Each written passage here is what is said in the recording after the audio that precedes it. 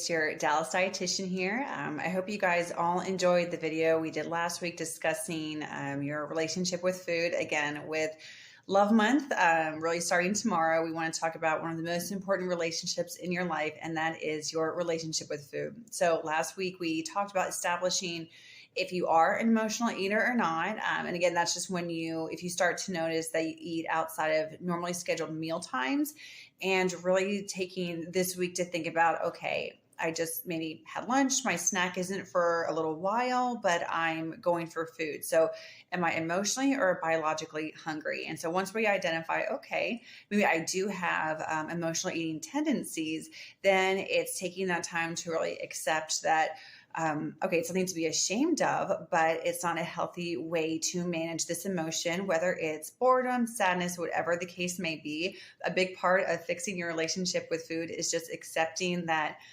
hey, I need to fix some of the ways I eat, because long term this will affect my mental health with food and just my physical health as well. So today I want to talk about different types of eaters. And when we say different types of eaters, it's really just your eating pattern around maybe the emotional type of eating. So you may be a chaotic eater, a waste not, want not eater, and I'll have all this information available at the end of the video of the specifics that I really want you to look at and maybe try to identify, oh, that is my eating pattern. I didn't even realize it, but long term, I don't want this to lead to waking or, an unhealthy relationship with food, or maybe it will push you to do that next fad diet. And so once you kind of look through those, I want you to kind of think, okay, which one may I be? And then understand the reason why it's so important to understand your eating style is because all of those, what they have in common is that those habits start to blur your hunger and fullness cues. So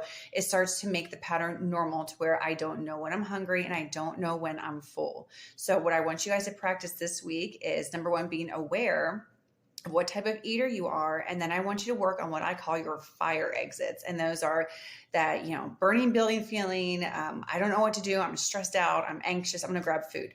Don't grab food. Let me help you find that fire exit. And it's different for everybody. So it's after you, again, identify that maybe you're emotionally eating. I want you to think about what emotion is causing me to eat. Is it stress, sadness, loneliness? It does not matter what it is. Again, none of these are anything to be ashamed of, but it is important to address it. So once you identify what feeling is prompting you to eat, then I want you to create your own fire exits. And that means something that will alleviate that feeling that is not food related. So it may be walking outside. It may be just stepping away from work for a minute.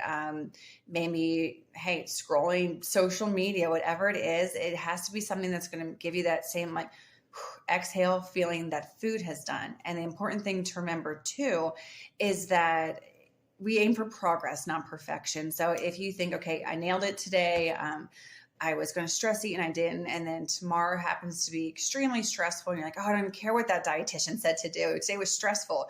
That's okay.